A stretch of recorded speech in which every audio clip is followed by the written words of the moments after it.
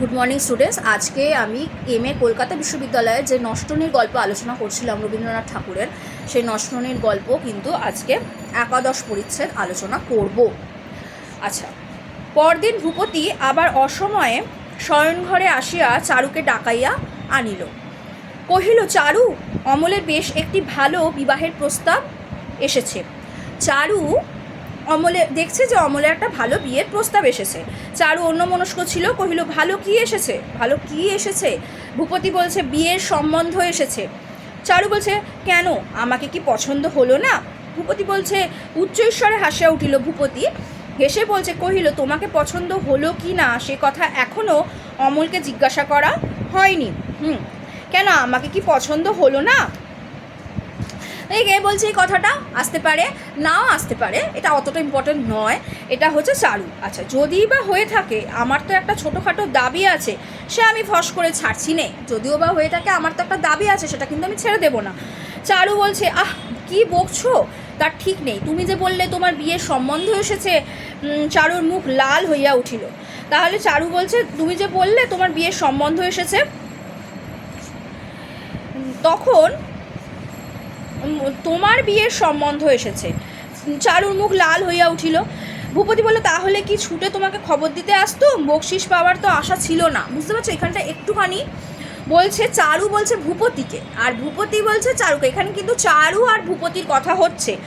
চারু বলছে অমলের সম্বন্ধ এসেছে, শোনে নিও প্রথমে, বলেছে ভূপতি। এবার তারপরে বলছে, ও অমলের সম্বন্ধ এসেছে, তার বেশ তো, তাহলে আর দেরি কেন? চারু বলছে, তাহলে আর কোনো দেরি নেই। ভূপতি বলল, বর্ধমানের উকিল রঘুনাথবাবু তার মেয়ের বিবাহ দিয়ে অমলকে বিলেত পাঠাতে চান। তাহলে কার সাথে অমলের বিয়ে ঠিক হয়েছিল? বিবাহের ঠিক হয়েছিল বর্ধমানের উকিল রঘুনাথ বাবুর সাথে। বর্ধমানের উকিল রঘুনাথ বাবুর সাথে। আচ্ছা, রঘুনাথ বাবুর সাথে না, রঘুনাথ বাবুর মেয়ের সাথে। ঠিক আছে, বর্ধমানের উকিল ছিল রঘুনাথ বাবু, তার মেয়ের সাথে বিয়ে ঠিক হয়েছিল অমলের। চারু বিস্মিত হইয়া জিজ্ঞাসা করিল, বিলেত? বিলেত? বলছে, বিলেত যাওয়ার কথা বলা হচ্ছে? তখন ভূপতি বলছে, হ্যাঁ বিলেত। আচ্ছা, আমার যদি কোথাও একটু ভুল হয়ে যায়, তোমরা কিন্তু সেটা সংশোধন করে নিও, আমিও কিন্তু রেকটিফাই করে নিচ্ছি। আচ্ছা, চারু, অমল বিলেত যাবে? বেশ মজা তো, বেশ হয়েছে, ভালোই হয়েছে, তা তুমি তাকে একবার বলে দেখো। চারু বলল এই কথাটা। চারু বলল, কাকে বলল? ভূপতিকে বলল। ভূপতি বলল, আমি বলবার আগে তুমি তাকে একবার ডেকে বুঝিয়ে বললে ভালো হয় না? আমি একবার বলার আগে তুমি একবার ডেকে বুঝিয়ে বলো না। চারু বলছে, আমি 3000 বার বলেছি, আমি 3000 বার বলেছি, সে আমার কথা রাখে না। অমল আমার কথা রাখে না, আমি তাকে বলতে পারবো না। ভূপতি বলছে, খুব অভিমান। ভূপতি বলছে, তোমার কি মনে হয় সে করবে না? তোমার কি মনে হয় ও বিয়ে করবে না? চারু বলছে, আরও তো অনেকবার চেষ্টা দেখা গেছে, কোনো মতে তো রাজি হয়নি। অনেক চেষ্টা দেখেছি, কিন্তু কোনো চেষ্টা করে দেখেছি, রাজি হয়নি এর আগে বিয়ে করতে। ভূপতি বলছে, কিন্তু এবারকার এই প্রস্তাবটা তার পক্ষে ছাড়া উচিত হবে না। এবারের প্রস্তাবটা কিন্তু ছাড়া উচিত হবে না। আমার অনেক দেনা হয়ে গেছে অমলকে, আমি তো আর সেরকম করে আশ্রয় দিতে পারবো না অমলকে। আমার এত দেনা হয়ে গেছে। উমাপদ ওকে ঠকিয়েছে। উমাপদর বিশ্বাসঘাতকতার পর ভূপতির দেনার দায়ে পড়েছিল। এছাড়া তার এক বন্ধুর কথা জানা যায়, সেও কিন্তু ভূপতিকে ঠকিয়েছিল। আচ্ছা, তো দেনায় পড়ে যায়, তাই বলছে অমলকে সে আশ্রয় আর রাখতে পারবে না সেভাবে। ভূপতি অমলকে ডাকিয়া পাঠাইল। অমল আসিলে তাহাকে বলিল, বর্ধমানের উকিল রঘুনাথবাবুর মেয়ের সঙ্গে তোমার বিয়ের প্রস্তাব এসেছে, তার ইচ্ছে বিবাহ দিয়ে তোমাকে বিলেত পাঠিয়ে দেবেন। তোমার কি মত, বলো, তুমি কি বলতে চাও? অমল কহিল, তোমার যদি অনুমতি থাকে, আমার এতে কোনো অমত নেই, তোমার যদি। অমল বলল এই কথাটা। অমলের কথা শুনিয়া উভয়ে আশ্চর্য হইয়া গেল। উভয় বলতে এখানে ভূপতি আর চারু। সে যে বলিবা মাত্রই রাজি হইবে এ কেহ মনে করে নাই। চারু তীব্র স্বরে ঠাট্টা করিয়া কহিল, দাদার অনুমতি থাকলেই উনি মত দেবেন, দাদার অনুমতি থাকলে কিন্তু উনি মত দেবেন। কি আমার কথা বাধ্য ছোট ভাই? আমার কথায় কি বাধ্য? ছোট ভাই অমলের কথা বলছে। দাদার পরে ভক্তি এতদিন কোথায় ছিল? ঠাকুরপো বলতে এখানে কিন্তু চারু বলছে ভূপতিকে, অমলকে উদ্দেশ্য করে ভূপতির জন্য বলছে যে দাদার প্রতি এতদিন ভক্তি কোথায় ছিল? দাদার কথা এত শুনছো। অমল উত্তর না দিয়া একটুখানি হাসিবার চেষ্টা করিল। অমলের নিরুত্তরে চারু যেন তাহাকে চেতাইয়া তুলিবার জন্য দ্বিগুণতর ঝাঁজের সঙ্গে বলিল, তার চেয়ে বলো না কেন নিজের ইচ্ছে গেছে, তার থেকে বললে না কেন নিজের ইচ্ছে গেছে? এতদিন ভান করে থাকবার কি দরকার ছিল যে বিয়ে করতে চাও না? এতদিন ভান করেছিলে কেন যে বিয়ে করতে তুমি চাও না? নিজের পেটে খিদে মুখে লাজ, এটা বলছে পেটে খিদে মুখে লাজ। ভূপতি উপহাস করিয়া কইল, অমল তোমার খাতিরেই এতদিন খিদে চেপে রেখেছিল, পাছে ভাজের কথা শুনে তোমার হিংসে হয়। চারু এই কথায় লাল হইয়া উঠিয়া কোলাহল করিয়া বলিতে লাগলো, হিংসে? মানে চারুর কথা বলছে এখানে ভূপতি। হিংসে? তা বই কি, কখনো আমার হিংসে হয় না। ওরকম করে বলা আমার ভারী অন্যায়, তোমার ভারী অন্যায়। ভূপতিকে বলছে, ভূপতি বলছে ওই দেখো নিজের স্ত্রীকে ঠাট্টাও করতে পারবো না।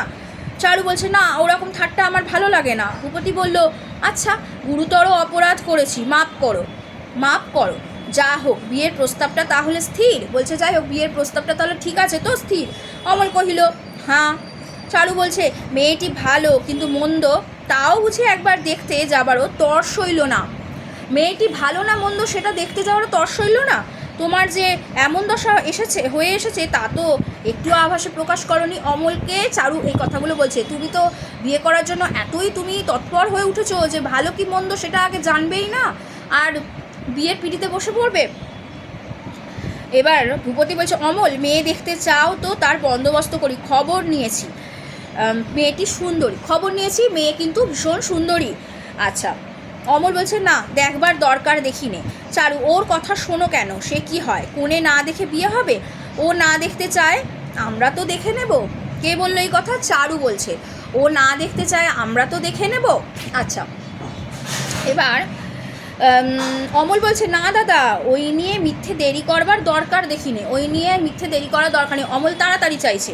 চারু বলছে কাজ নেই বাপু। অমল বুঝতে পেরেছে ভূপতি কি চাইছে, বিয়ে দিয়ে সে কিন্তু দায়মুক্ত হতে চাইছে। অমল বলছে, অমল বুঝদার। অমল বলছে না দাদা, ওই নিয়ে মিথ্যে দেরি করবার দরকার দেখি নে। চারু বলছে কাজ নেই বাপু, দেরি হলে বুক ফেটে যাবে, তুমি টোপর মাথায় দিয়ে এক্ষুনি বেরিয়ে পড়ো। কি জানি তোমার 7 রাজার ধন মানিকটাকে যদি আর কেউ নিয়ে যায়, যদি কেউ কেড়ে নিয়ে যায়। অমলকে চারু কোনো ঠাট্টাতেই কিছুমাত্র বিচলিত করিতে পারিল না। অমলকে চারু কিন্তু কোনো রকমভাবে বিচলিত করতে, মানে কোনো ঠাট্টাই তার ওপর কিন্তু কাজ করলো না। চারু বলছে বিলেত পালাবার জন্য তোমার মনটা বুঝি দৌড়চ্ছে, বিলেত পালাবে বলে বোধহয় মন দৌড়চ্ছে। কেন এখানে আমরা তোমাকে মারছিলুম না ধরছিলুম? হ্যাটকোট পরে সাহেব না সাজলে এখনকার ছেলেদের মন ওঠে না। হ্যাটকোট পরে সাহেব সাজতে হবে, এখনকার ছেলেদের না হলে মন ওঠে না। অমলকে এসে একটুখানি মানে বলবো, চারু এই কথাগুলো অমলকে বলছে, ঠাকুরপো বিলেত থেকে ফিরে এসে আমাদের মতো কালা কালা আদমিদের চিনতে পারবে তো? এটা বলছে কে? চারু বলছে অমলকে, কালা আদমিদের চিনতে পারবে তো? অমল কহিল তাহলে বিলেত যাওয়া কি করতে? তাহলে আর বিলেত যাওয়া কি করতে?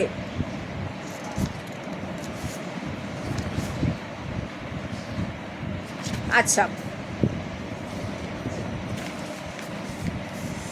আচ্ছা, এবার দেখো আমি তোমাদের আলোচনাটা কেমনভাবে, আমি তোমাদের প্রশ্ন উত্তর আলোচনা করে দেবো।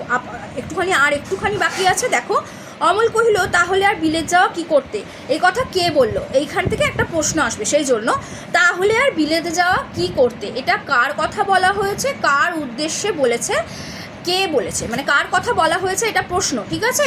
কেন বলেছে প্রসঙ্গ উল্লেখ করে ব্যাখ্যা করে বুঝিয়ে দাও, এই রকম প্রশ্ন আসতে পারে, বা তাৎপর্য বিশ্লেষণ করো। এটা অমল বলেছিল তাহলে আর বিলেত যাওয়া কি করতে, এটা চারুর চারুকে এই কথাগুলো বলেছিল। এবং কেন বলেছিল? যখন চারু তাকে তার বিয়ে নিয়ে ঠাট্টা করছিল, সে বিলেত চলে যাবে সেই নিয়ে তাকে ঠাট্টা করছিল, সেই প্রসঙ্গে কিন্তু এই উদ্ধৃতি উঠে এসেছে, ঠিক আছে? এই প্রশ্নটার কথাই আমি বলছিলাম।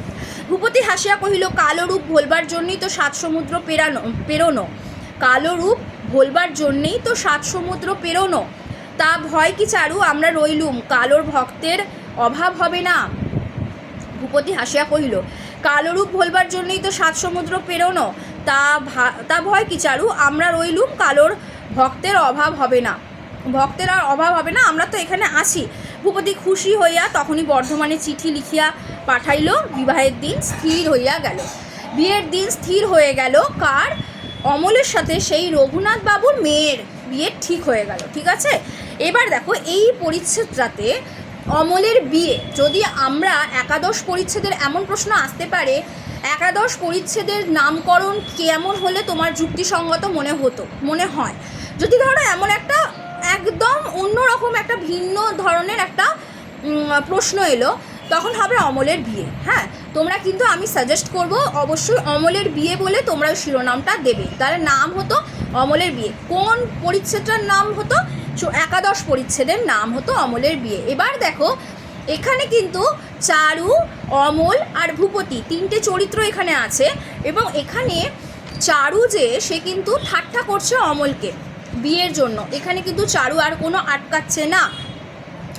চারুর সাথে অমলের যে সম্পর্ক ছিল দেওর অর্থাৎ ঠাকুরপো এবং বৌঠানের, সেটা কিন্তু খুব মধুর সম্পর্ক ছিল, এবং সেখানে খুনসুটি ছিল, একটা অধিকার বোধ জন্মেছিল। কিন্তু সেই অধিকার বোধ গণ্ডি পার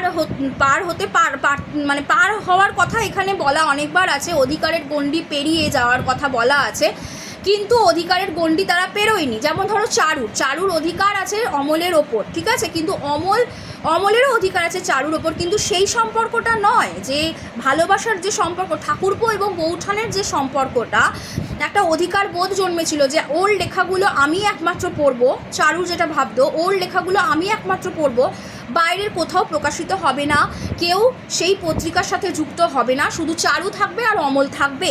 এখানে অনেকের ভুল একটা ভাবনা থাকতে পারে যে ওটা ভালোবাসা, কিন্তু ভালোবাসা নয়। অনেক সম্পর্ক থাকে যে সম্পর্কগুলো কিন্তু বন্ধুত্বের সম্পর্কের মতো হয়ে থাকে, যেগুলো কিন্তু খুব একটা ঘনিষ্ঠ বলা যায়, যেখানে ঠাট্টা থাকে বেশি, খুনসুটি থাকে বেশি, অধিকার বোধ থাকে বেশি, সেই রকম সম্পর্ক গড়ে উঠেছিল। ভূপতির অভিমান ছিল চারুর প্রতি, ঠিক আছে, ভূপতির অভিমান। ভূপতি একটু এখানে ভূপতিকে দেখা যাচ্ছে দেনার দায়ের কথা ভূপতি বলছে, কারণ এখানে কিন্তু চারু নেই।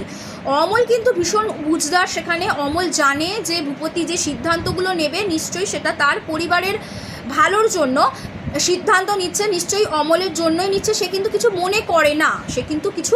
মনে করে না, কারণ অমল যে সিদ্ধান্তগুলোর হ্যাঁ মেলায়, ও ভাবছে যে ও দায়মুক্ত হবে বলে নয়। অমলের মনটা ভীষণ পরিষ্কার। অমলের মনটা ভূপতির মতো নয়, ভূপতি একদম সহজ সাধারণ মানুষ। অমলও কিন্তু তার দাদাকে হেল্প করতে চায়।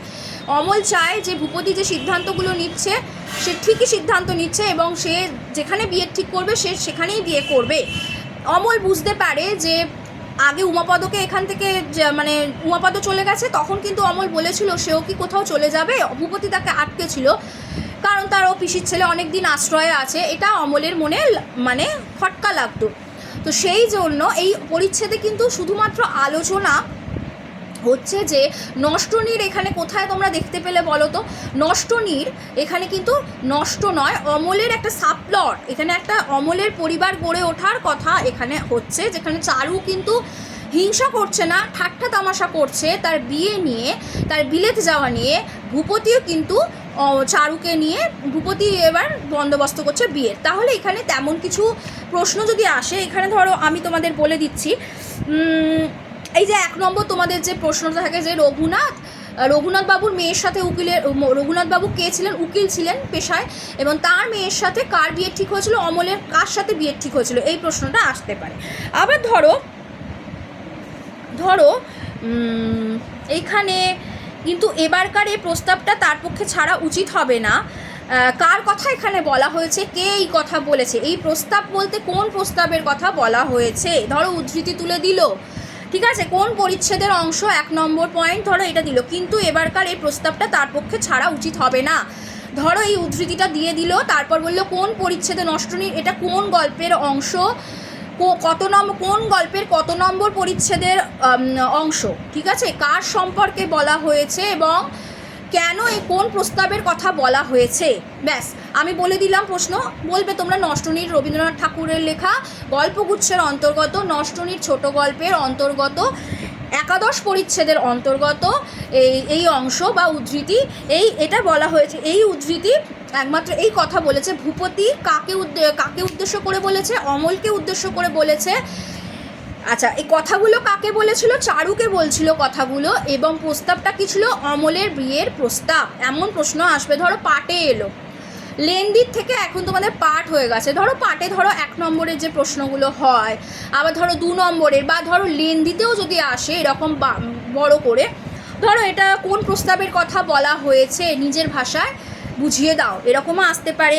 আবার ধরো এমন এলো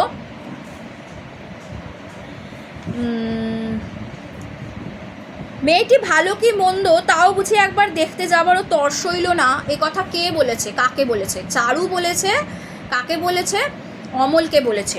আচ্ছা, এবার দেখো, হ্যাট কোট পরে সাহেব না সাজলে এখনকার ছেলেদের, এইটা ভীষণ ভীষণ ভেরি ভেরি ইম্পর্ট্যান্ট। দেখো, হ্যাট কোট পরে সাহেব না সাজলে এখনকার ছেলেদের মন ওঠে না, এই কথা কেন এসেছে, কোন পরিচ্ছেদের অংশ, এই কথা কেন এসেছে প্রসঙ্গ উল্লেখ করে ব্যাখ্যায় তুমি নিজের ভাষায় বুঝিয়ে দাও। এ কথা চারু বলেছে, অমলকে বলেছে। কারণ অমলকে যখন বিলেতে যাওয়ার কথা বলা হলো যে তার বিবাহের পর তাকে বিলেতে যেতে হবে, অমল কিন্তু একবারও সেখানে আপত্তি প্রকাশ করেনি, আপত্তি দেখায়নি, সে যেতে কিন্তু রাজি হয়ে গেছে। তখন ঠাট্টা করে চারু অমলকে এই কথাগুলো বলেছিল, ঠিক আছে? এবার আমি তোমাদের যেটা বলছিলাম, নষ্টনীর ছোট গল্প তোমাদের কেমন লাগছে তোমরা জানাবে। আমি দেখো একেবারে আলোচনা আমি করছি না, প্রত্যেকটা পরিচ্ছেদ আমি ভেঙে ভেঙে পড়িয়ে আলোচনা করে দিচ্ছি, প্রশ্ন কেমন আসতে পারে সেটাও আলোচনা করছি। এর পরের ক্লাসে থাকবে দ্বাদশ পরিচ্ছেদের আলোচনা। আজকের ক্লাস এই পর্যন্তই, থ্যাংক ইউ।